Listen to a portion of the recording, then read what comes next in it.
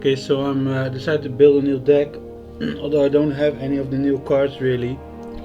But it's good to get into some deck building with this whole new getting reacquainted with the new meta from Arena since I've not been playing a lot.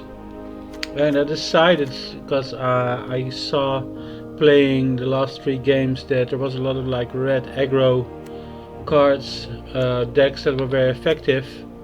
I think I should be making my own, and my favorite is like the 1-drops. So like the Infuriate 3+3+2 is not the kind of card I normally like, because it works only once, you know, and I'd rather just play a creature that's 3/2 than give 3/2.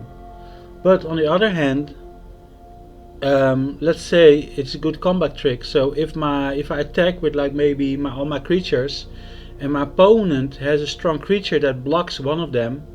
So let's say there's a 2/4, yeah, or 4/4 even. Let's say there's a 4/4. No. Let's say there's like a 2/4. Okay, there's a 2/4. Now I have a goblin. Let's have this goblin in play. So I attack with the goblin. It's a 1/1. It will, and he blocks the goblin. My goblin has no chance. Now if I put the 3/2 on the goblin, now probably we're not gonna play 1/1s, because that's not that's what already I can pump it. So that's nice. But that's not gonna actually kill the 2/4. So if I put like the Infuriate on it, now instead of losing a creature and not having that the next turn and the turn after that, my creature will survive, because now it's 3 on the back, and also it's gonna do 4 damage, killing the other creature. So now I've traded Infuriate for that other creature that maybe was a 3-drop, 2/4. That's probably like a 3-drop or 3-drop or 4-drop. So now I've got rid of that creature for the price of like 1 red mana and 1 card, but he lost a card too, so that's a fair exchange. Meanwhile, my goblin or other creature that I played survived, meaning that next turn he will keep attacking. He can do some damage, some real damage. So, and I had this deck where I had like a +3/+3 Blood Rush. So it couldn't even be countered. It was even better than this. And I can play the card less as a 3/3 creature for 4. So that was a much better card. But when it comes to combat trick, this is almost as strong as that card. So I know how to play this card, and that it can even make my goblin into something that can actually kill like pretty large creatures. Now I'd rather have a 2/2, so I'm not going to put the goblin into play, I think. Although with the mentor, I could try one out. It seems interesting. It could like, because it goes 3/1 and it can like grow like a 1/1 or a 2/2. Could be interesting, but no, I don't think I have to put mana in it, so I cannot cast another spell. It's not a great card. Target creature against trample on haste. Actually, I already put some trample here. Crash through. Creatures you control gain trample until end of turn. Draw a card. Now the main thing is the draw a card ability, because I would never play a sorcery like that if it wouldn't have draw a card on it. That would be like, it would be a really bad card if all it would do, because I mean I know that one red mana is not much, but the draw a card a bit. But if it even costs you a card, like a whole card, it could be a whole creature into play permanently, and now it's just like a bit of trample until end of turn. But now it's like it gives you trample for 1 red mana. It doesn't cost you any cards, so the whole price to give this is 1 red, which is really cheap. So I think this is not a bad card, even if, like, let's say you don't have any creatures in play, and you can just throw it out there for 1, get a card back that is maybe a creature, and put that into play, and it only costs you 1 red. So it's never a dead card, you know. This is nice. Getting rid of artifacts and defenders actually can be useful in this, if you have like a really aggressive deck. Like I saw the other blue deck had like walls. Yeah, this thing, no. Like +1/+1 and haste. I mean, it's a lot less than infuriate. +1/+1. It's not. It's like nothing compared to infuriate when it comes to the bonus. Haste and jumpstart. I know maybe for some people that might be a reason to do it, but jumpstart basically. I mean, it still costs you a card to have to play a bad card again. You know, haste is good, but if it just like comes on a card or just given to everything, I don't know, just giving haste for one turn and then a ++1 counter, like, I mean, you lost the whole card. It's gonna cost you a card. You better put a creature into play for that one, you know. 3 damage to creature with flying, destroy target artifact again.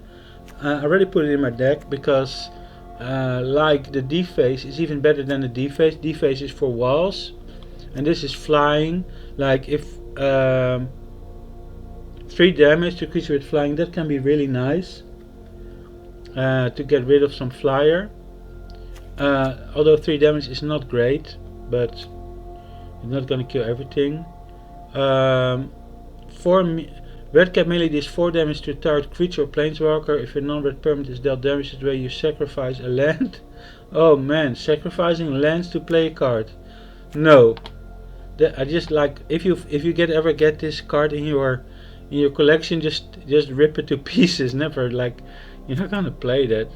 4 damage to target creature or planeswalker. I mean, it is kind of good because normally it's like, oh, a non-flying creature or flying creature, or there's something where it says like, yeah, you can only do the 4 damage if there's something you have to, so again, it's good against red.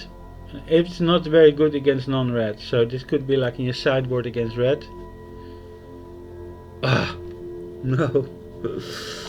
Oh, like even having to, if you have to play this land, you play this card, you're just gonna lose the land, man. So the goblin, I'd rather put like a permanent 2/1 or 2/2 into play.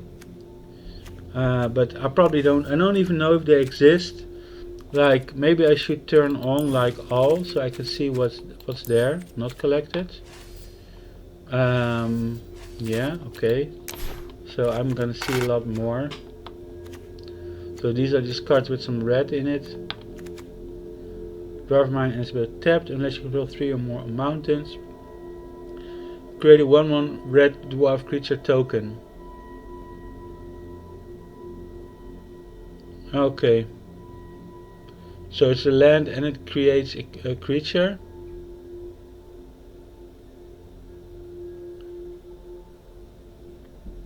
If you have 3 mountains.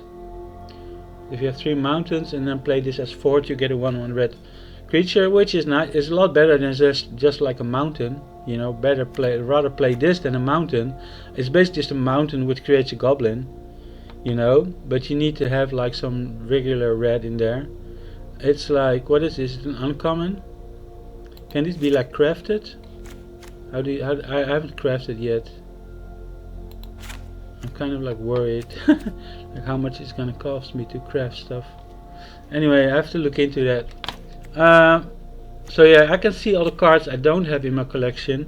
Now before I start crafting, I'd bet it's probably cheaper just to get a bunch of like decks, you know. So yeah. And another thing, oh wait a minute, I'll be back in a second.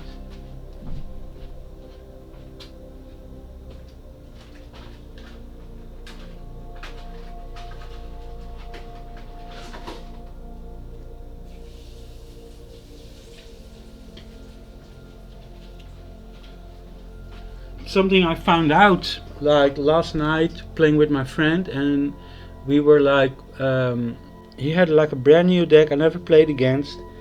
We upgraded my deck, there were a lot of new cards in there, and we were recording, and I noticed that I just took it, and I think I just did it just one moment again, where I was looking at like the Dwarven Mine, where there's so much text to read that I want to like skip through it because I know a lot of things. I kind of know what it says most of the time, because I mean in Magic, because there's so many cards, so many things going on there, you have shortcuts. Like you see me say certain things. Oh, that's a removal spell. Oh, that's like a card advantage. Or oh, you know, and so like when I read this and I see 1/1 red, I already know this card's gonna give me 1/1 red, right? So that's interesting. Now I can I already know what this card is about. It's about giving 1/1 reds. But there's one thing really important, and that is it's just not gonna give it to me every time. And that's why I have to read the text. It says Dwarven Mine enters the battlefield tapped, unless you control 3 or more other mountains. When Dwarven Mine enters the battlefield untapped, create a 1/1 creature. So that's a lot of reading to do. And when I'm under pressure, well, pressure, it's like when I'm like playing with a friend, playing against a computer opponent, when I'm videoing, it's like you want to rush through things. You don't read it very well, or you kind of read it really quickly, and then you think you know the card and you start playing. And I've done it like the last 2 days a lot, and yesterday it was a really painful, because there was this card and it said, I read it really quickly, and it said like pay X, destroy creature, artifact, and I'm like, oh wow, what a strong card. And then but I still had so much things to do. It was early in the game, so I just put down cards, everything. And I kind of thought that that card just was there it could destroy any creature or any artifact for like CMC cost X, you know, casting cost. But I didn't really read it very well, because it said each creature, so, or each artifact. And then I didn't even read it even further till the end, because it says and less. So now I was doing really well. I didn't have that much land, but I had like so much, like I had like all this extra mana creating artifacts and stuff going on, and so I had so much. I could have played like my Niv Mizzet, like my it's like 6 mana flying 5/5. I could have played that card, and he would have had a hard time dealing with that, because it would give me cards, it could damage, would have been a great play. But instead of that, again, I did like what I do a lot. I forget about playing my Planeswalker, and I just can't focus on what's on my hand. Like I'm too focused on my hand, and because the Planeswalker is not in my hand, you just want to go quickly, you know, you don't want to like... I was going too quickly, didn't realize it would have been a better play to do the Niv Mizzet. And the thing is, like, I was not used, because we just upgraded my deck, I was not used that my deck was so powerful like in the first 3 turns, you know. And I overplayed, I put more things into play, not knowing that everything was going to be destroyed. And I had the possibility to put a creature into play that he couldn't destroy. So I completely played that wrong. I completely like shot myself in the foot. I could have done, I mean, I would have still lost a lot of artifacts like that were giving me mana, but I would have at least could have used them to get the Niv Mizzet into play, who would have given me some card advantage. And he would have had a harder time dealing with that than me just like emptying my hand with low cost things that were going to be destroyed, and just having less cards in hand, no Niv Mizzet in play, all because I didn't take the time to read that card. So that's why I just took the time to read Dwarven Mine, because the thing is, there's so much to read, so much to do, there's so many cards to learn that I don't know. It feels like you have to read a whole book, and you kind of like don't want to do that, you know. And that's my main lesson. I just want to, yeah, I want to teach you from like with this little video, like, it doesn't matter if you're like the best player in the world or you're just beginning, you are allowed to read the card and understand what's on it, even if there's a clock running that telling you that you have to make a decision in like 1 minute. Doesn't matter, read the card, do it, because in the end that's what this game is about, is knowing what's on the card and how you can take advantage of that, or how you could be disadvantaged when it comes to your opponent's cards, or how you can be disadvantaged if you don't play them right. So how you can be advantaged if you know the other opponent's card and know what they're doing and take advantage of that. So read all the cards and make sure you're making the right plays. And man, super have a super great day, lots of love, and see you next video. Bye bye.